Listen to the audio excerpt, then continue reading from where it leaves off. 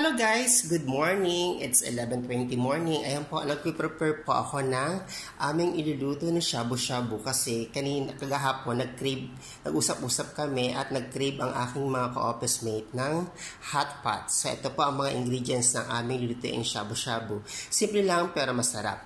Pero po kaming mixed seafood at saka po ito po ang crab stick. Siyempre hindi mawawala ang white mushroom, ang lettuce, ang pinakamasarap na lettuce soup. At syempre ang sotanghon at maglalagay din po kami ng konting carrot and onion. Ito po ang aming ingredients ng shabu-shabu. Ayan po ang aming lutuan. Preparing po. Mamaya po siya iluluto. Yummy, yummy, yummy, yummy on my tummy.